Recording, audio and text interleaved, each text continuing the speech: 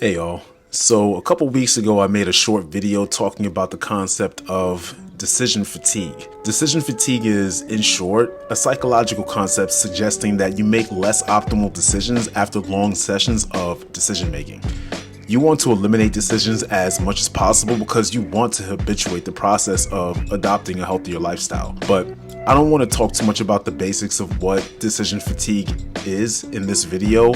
You can find that video here. What I want to do here is provide more actionable, specific ways that you can eliminate decision fatigue in your day and hopefully help better aid you in your effort to fight against mediocrity in 2026. The goal is not perfection, but persistence. Being process-oriented over being goal-oriented. More about what being process-oriented over being goal-oriented suggests in this video here.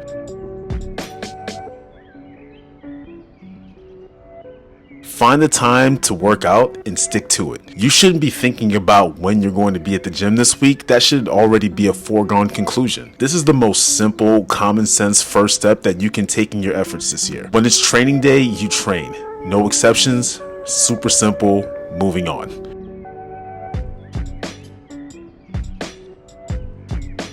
This is probably going to be the most plump portion of the video.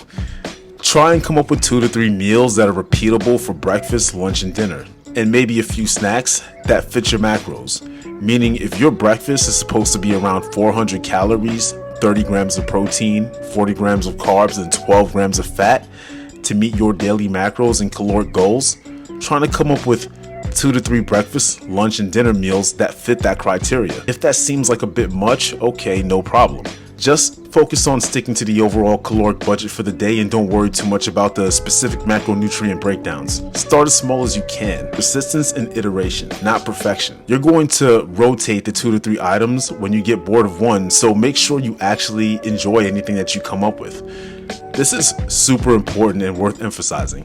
You have to enjoy at least the majority of your day-to-day diet, or you will not be capable of automating it. For example, just because oatmeal is relatively low calorie and nutritious does not mean that it has to taste like cardboard fresh off a Cisco truck. Come up with a macro-friendly oatmeal recipe that actually has you looking forward to that bowl of oatmeal every day. Use that internet thing if you have trouble coming up with one, or Chatty GPC or whatever that thing is called that depressed teenagers are using as a therapist these days. Oh hey, after 5 seconds of Googling, here's one. If breakfast, lunch, and dinner or 6 to 9 meals per week seem intimidating at the moment, fine. You don't have to come up with a meal plan for the entire week all at once. Again, start small. Start with just a single breakfast item that fits into a hypothetical perfect day that fits your macros and see if it sticks for a week. If it sticks, try coming up with another breakfast item, or try coming up with something for lunch. Just make sure that whatever it is something that fits your macros that you actually look forward to eating and enjoying. Rome wasn't built in a day, and neither is the perfect, sustainable diet that will work for your unique circumstances. You have to be willing to deny perfection, be persistent, experiment, and iterate on your ideas. Maybe you can't turn a bowl of oatmeal into a bowl of macro-friendly cinnamon toast crunch or a homemade omelet sandwich into a McDonald's egg and cheese, but it only takes a tiny bit of effort for it to be good enough. And that's what matters for sustainability.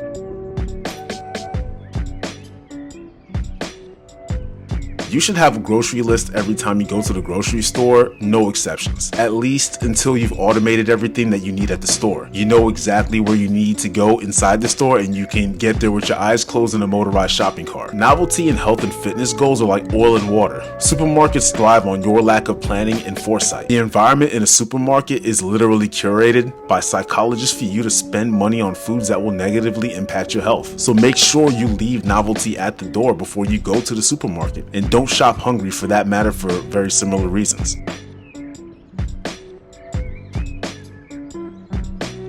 You should walk into the gym or the park or your designated spot at home where you work out already knowing exactly what you want to accomplish. Part of building the habit and not letting dips in motivation get the best of you is being able to simply visualize doing the thing before you even get to the workout destination. Your mind's eye seeing you doing the thing increases the chances that you'll do the thing. This is called priming in psychology. If you're looking for personalized workout templates, my contact information will be in the description.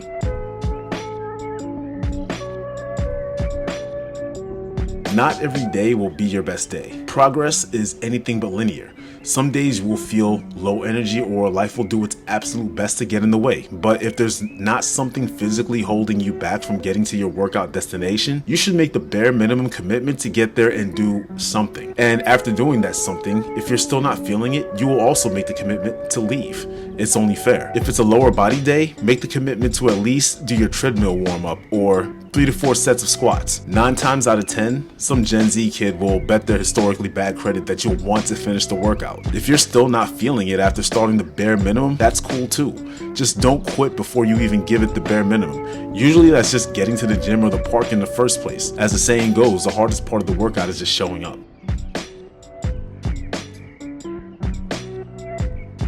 When your life is busy, that is even more reason to never be guessing at what and when your next meal is going to be. Decision fatigue preys on people's inability to properly deal with stress. Most Americans would rather a bag of chips put them on the couch after a long day at work than a therapist. But if your next meal is planned and prepared, you're far less likely to make the less optimal decision driven by emotions and far less likely to need 2 people to measure your waistline.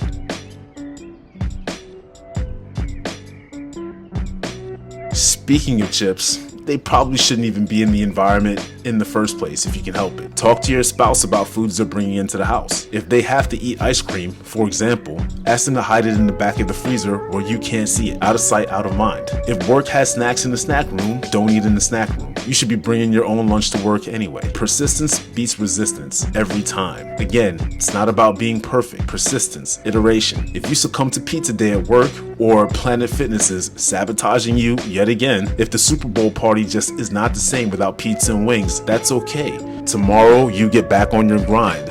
No exceptions. The goal is never perfection. It's persistence and iteration.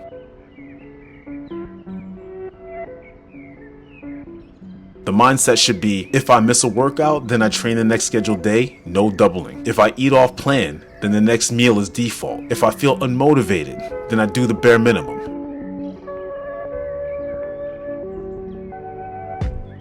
Novelty increases decisions, which increases decision fatigue, which increases the likelihood that you will fall victim to suboptimal decision making. Yes, life happens. Have fun sometimes. But your day-to-day should largely look the same. Every week you should ask yourself, what did I automate this week? Did I decrease my choices? Habit strength is decision-making approaching this asymptote of 0 choices made. Again, not perfect, persistent. Hope this helps.